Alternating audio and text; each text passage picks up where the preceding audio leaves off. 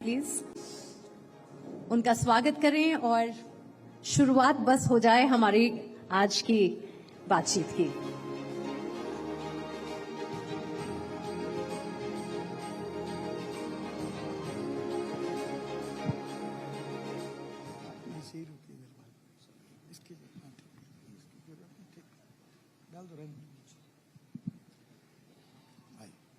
Gadkari sir, सबसे पहले तो बहुत बहुत शुक्रिया, आज आपने अपने बिजी शेड्यूल से हमारे लिए समय निकाला।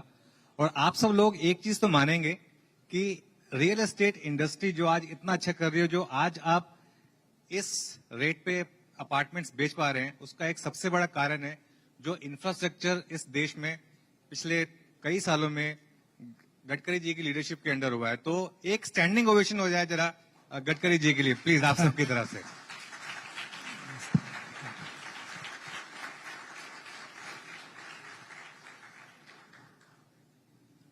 गडकरी साहब के ऊपर एक मूवी भी बन रही है, परसों रिलीज हो रही है।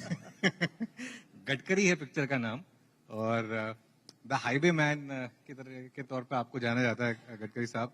और खैर, आप दिल्ली वालों को तो गडकरी साहब के बारे में पिछले 10-15 साल में पता होगा। जो मुंबई में, महाराष्ट्र में रहे हैं, उन्होंने तो फर्स्ट हैंड इसको देखा था जब मुंबई में फ्लाईओवर क्या होते हैं ये गडकरी साहब की लीडरशिप में इंट्रोड्यूस हुआ था।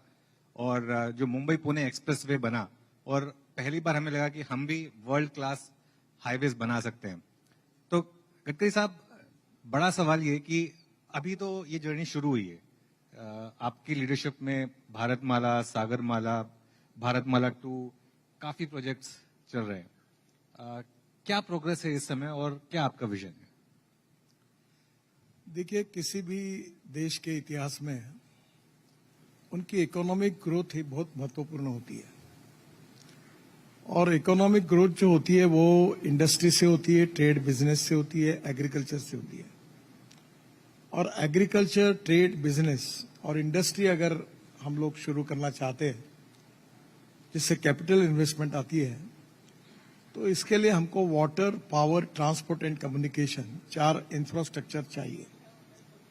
पानी चाहिए, बिजली चाहिए, टेलीकम्युनिकेशन का नेटवर्क चाहिए और रोड चाहिए। अब आपके ये रियल एस्टेट में जितने लोग भाई यहाँ आए हैं, मैं नए रोड बनाता हूं तो 50 लाख रुपए एकड़ से जमीन एक्वायर करता हूं, और मैं रोड बनाने के बाद ये 2 करोड़ 3 करोड़ रुपए भाव लगाकर तुरंत अपने फ्लैट बना लेते हैं। जो रोड बनाने का फायदा ये ले लेते हैं। मैं बहुत दिनों से कोशिश कर रहा हूं कि वो प्राइस, वो जो ये है, हम भी कैच करें रियल एस्टेट की वैल्यू को। पर हमारे यहाँ सरकार में हमारे को कहा कि भाई ये मैंडेट नहीं आपको, क्योंकि आपको घर बनाना आपका काम नहीं है। तो ये हो रही है। तो पहली बात तो ऐसी है कि रोड बनने के बाद, अच्छे रोड बनेंगे तो टाउनशिप बनेगी, इंडस्ट्रियल क्लस्टर्स बनेंगे, और वो बनेंगे तो रोजगार निर्माण होगा। रोजगार निर्माण होगा तो पर कैपिटा इनकम, जीडीपी बढ़ेगा, और दोनों बढ़ेंगे तो एम्प्लॉयमेंट पोटेंशियल बढ़ेगा। और इसलिए the need of our country is कि हम रोजगार निर्माण करने वाली आर्थिक व्यवस्था को निर्माण करें। और जितने बड़े प्रमाण पर हम ये रोजगार निर्माण करेंगे, उतने इसमें हम लोग वर्ल्ड में स्ट्रांग इकोनॉमी बनेंगे। अभी हम 5वें नंबर पर हैं, और प्रधानमंत्री जी का सपना है कि हम $5 ट्रिलियन की इकोनॉमी बने। हम लोग तीसरी अर्थव्यवस्था दुनिया में बने। और इसके लिए जो सेक्टर्स हैं जिसमें बहुत बड़ा पोटेंशियल है, उसमें रियल एस्टेट है। केवल एक बात मैं कहूंगा कि affordable housing and low cost housing को थोड़ा ये ध्यान दे, क्योंकि 10 लाख रुपए के ऊपर जो घर लेने वाले लोग हैं, उनकी संख्या पॉपुलेशन की तुलना में 1-1.5% है। ये जो गरीब लोग हैं, उनको अगर 10 लाख के अंदर घर मिलेंगे तो वो काफी इनका टर्नओवर बढ़ेगा। हाँ, बड़े इसमें एक ही इसमें जो फायदा होगा, इसके लिए 4 स्कीम में फायदा होगा, पर इसमें रिस्क नहीं है। पर एक आधे बार अगर बड़ी बिल्डिंग बनाई और किसी ने नहीं खरीदी किया तो बैंक का इंटरेस्ट मीटर किसी के लिए रुकता नहीं, उससे अनेक बिल्डर फिर अड़चन में आते हैं। बिल्कुल। खैर, आजकल तो 10-10 करोड़ के अपार्टमेंट्स बन रहे हैं सर, तो लेकिन फिर भी होप यही है कि अफोर्डेबल हाउसिंग पे भी ध्यान दिया जाए। 10 करोड़ के बन रहे हैं, वो बेचारे हंस भी रहे हैं क्योंकि गिरायक है। अभी मैंने एक दिल्ली में द्वारका एक्सप्रेस हाईवे बनाया, उसका इनॉग्रेशन होगा अभी। तो मैं एक बार दिल्ली से मुंबई जा रहा था, तो तो एक 35 साल का टॉय पहना हुआ एक लड़का एग्जीक्यूटिव बिजनेस क्लास में बैठे थे, मेरे पास आए और एकदम उनने मेरे पैर छुए। तो मैंने उनको कहा ऐसा क्यों कर रहे हो? बोले आपके कारण मेरा लाइफ बदल गया। मतलब क्या हुआ? बोले मेरी कंपनी एनसीएलटी में चली गई थी और ये द्वारका एक्सप्रेस हाईवे बनने से अब मैं कम से कम 5,000 करोड़ का प्रॉफिट मैंने कमाया। और अब मेरा बहुत अभी द्वारका एक्सप्रेस हाईवे मैं जब देखने के लिए गया तो उसके दोनों बाजू में 3-4 लाख फ्लैट्स बने हैं। बिल्कुल, बहुत जबरदस्त। और वो एक ऐसा प्रोजेक्ट जो अटक गया था गडकरी साहब, और आपने फिर एक दोबारा उसका एक एक्चुअली वो प्रोजेक्ट रखा। हमारा नहीं था, वो प्रोजेक्ट हरियाणा सरकार और दिल्ली की सरकार में था। हाँ, तो मैं गुड़गांव में एक कार्यक्रम में गया था, तो हमारे मनोहर लाल जी जो मुख्यमंत्री हरियाणा के, उन्होंने कहा कि 25-30 किलोमीटर का प्रोजेक्ट है छोटा सा, जो दिल्ली और हरियाणा के बीच में है, तो आप थोड़ा इसको एनएच डिक्लेयर कर दो और ये करा दो। तो मैंने सोचा मन में 30 किलोमीटर में होगा एक 300-400 करोड़ का। तो मैं बोला ठीक है कोई बात नहीं, मैं कर दूंगा। मैंने डिक्लेयर कर दिया और जब मैं ऑफिस में आकर फिर इंक्वायरी करने लगा तो प्रोजेक्ट 8,000 करोड़ का हुआ। एक्चुअली वो प्रोजेक्ट है, ये अच्छा हुआ सीएजी ने ऑब्जेक्शन लिया तो लोगों को पता चला। तो वो जो प्रोजेक्ट था वो 29 किलोमीटर एक्चुअल है, पर बेसिकली सिंगल लेन में वो कैलकुलेट किया जाए तो वो 58 किलोमीटर 4 लेन होगा, तो वो एक्चुअल है 583 किलोमीटर सिंगल लेन।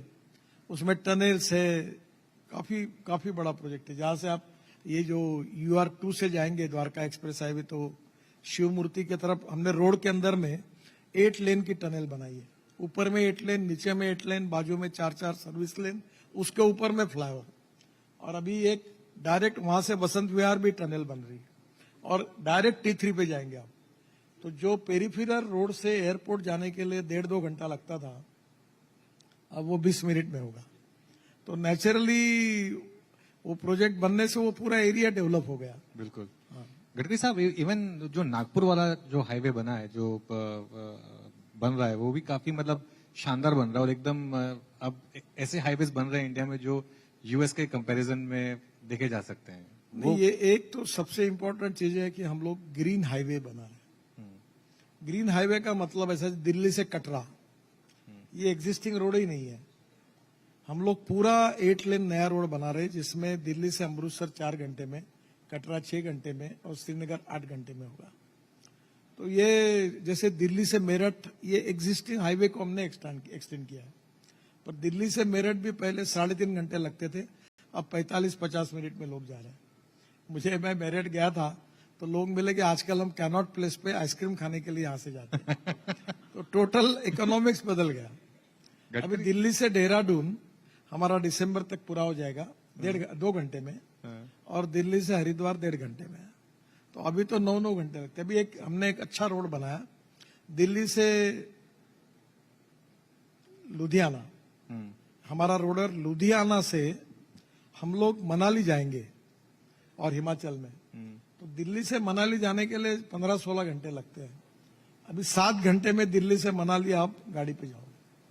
तो इससे नेचुरली फ्यूल की बचत है, टाइम की बचत है। तो और इन हाईवे के बाजू में बहुत बड़ी डेवलपमेंट, रिसोर्ट बन रहे हैं, रेस्टोरेंट बन रहे हैं, रियल एस्टेट बन रही, प्लान डेवलपमेंट हो रही। तो इकोनॉमी को बूस्ट करने के लिए इसका काफी उपयोग हुआ है। तो गडकरी साहब, एयरलाइन कंपनीज के सीईओज आपसे काफी नाराज रहते होंगे अगर आप इतना इतने डिस्टेंसेस इतना कम कर देंगे, तो फिर छोटे डिस्टेंस की फ्लाइट्स तो कोई लेगा ही नहीं फिर। देखो, आपको याद होगा मैं जब 95-2000 में मंत्री था, तो मुंबई और पुणे के बीच में जेट एयरवेज की 8 फ्लाइट्स थी। जब हाईवे बन गया तब से कैंसिल हो गई। अब मैं आपको बता रहा हूं, अगले जनवरी से दिल्ली से जयपुर, दिल्ली से चंडीगढ़ और दिल्ली से देहरादून सारी फ्लाइटें कैंसिल हो जाएगी। पर वो बाकी देहरादून से चेन्नई, देहरादून से बेंगलोर चलेगी। देखिए, अभी दिल्ली से देहरादून जाने के लिए आप घर से निकले तो 1.25 घंटा लगता है। फिर 1 घंटा पहले एयरपोर्ट पे जाना, यानी 2 घंटे हो गए। बिल्कुल। फिर वहां से उड़ के जाएंगे, आधा-पौन घंटा लगेगा। फिर वहां से घर जाने के लिए 1 घंटा, यानी 4 घंटे लगेंगे। उसके बजाय आप दिल्ली से देहरादून 2 घंटे में अपने घर पहुंच जाएंगे। तो 2 घंटे का सेविंग, ऊपर से अब इलेक्ट्रिक कार है, सीएनजी की कार है, एलएनजी की कार है, हाइड्रोजन की कार है, अभी मैं हाइड्रोजन के कार में आया आपके घर हाँ देखा मैंने, तो हाँ नेचुरली और पैसा बच जाएगा, तो लोग क्यों जाएंगे हवाई जहाज से? बिल्कुल। नहीं तो गडकरी साहब एक चीज है वैसे, और आप खुद महाराष्ट्र से हैं, आपने कहा 2 घंटे में हम यहाँ से देहरादून पहुंच जाएंगे। 2 घंटे में हम चर्च गेट से अंधेरी, उसको कैसे कम किया जाए? वो जो शहरों में जो दिक्कत है, काबरा साहब है यहाँ पे, हमको मतलब जितने टाइम में हम दिल्ली से, बॉम्बे से दिल्ली आते हैं, कई बार उससे ज्यादा टाइम लगता है एयरपोर्ट से अपने घर जाने में। वो एक शहर में तो मुंबई अभी की डेवलपमेंट, समस्या ऐसी है कि मुंबई में ट्रैफिक की समस्या। 3 बाजू में समुद्र है और मुंबई में आने वाला गेट खुला है, जाने वाला नहीं है।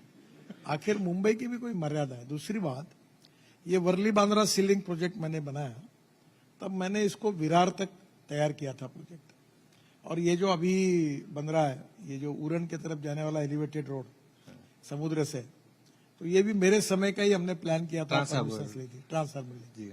तो अभी क्या है कि ये जो वर्ली बांद्रा है, इसको अगर डायरेक्ट विरार तक जोड़ने का काम अभी शुरू हुआ है, तो ये हो जाएगा, तो आपको अंधेरी में जाने में हर जगह से कोई फर्क नहीं पड़ेगा। दूसरा, दिल्ली से मुंबई जो है हमारा JNPT तक है, और मेरा सपना है कि दिल्ली से नरीमन पॉइंट करना है। तो मैं ये विरार वालों को वहां से एक बीच में मैंने एक 50,000 करोड़ का ब्रिज का ये प्रपोजल महाराष्ट्र सरकार को दिया था कि हम ही बनाएंगे, आप पैसे मत दीजिए, केवल अनुमति दीजिए।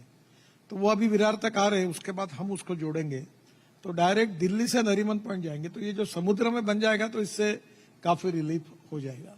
बिल्कुल। वैसे एक मुंबई में एक गलती हुई, हाँ। मेरे समय टेक्नोलॉजी नहीं थी, पर अभी मैं नागपुर में पहली बार हमने किया कि नीचे में 8 लेन रोड, ऊपर में 6 लेन ब्रिज, और उसके ऊपर में मेट्रो। अभी मैं पूना में 50,000 करोड़ के ब्रिजेस बना रहा हूँ 4 जगह पर, और चेन्नई में 12,000 करोड़ का बना, उसमें नीचे में रोड 8 लेन, ऊपर में 6 लेन ब्रिज, उसके ऊपर में 6 लेन ब्रिज, उसके ऊपर में मेट्रो।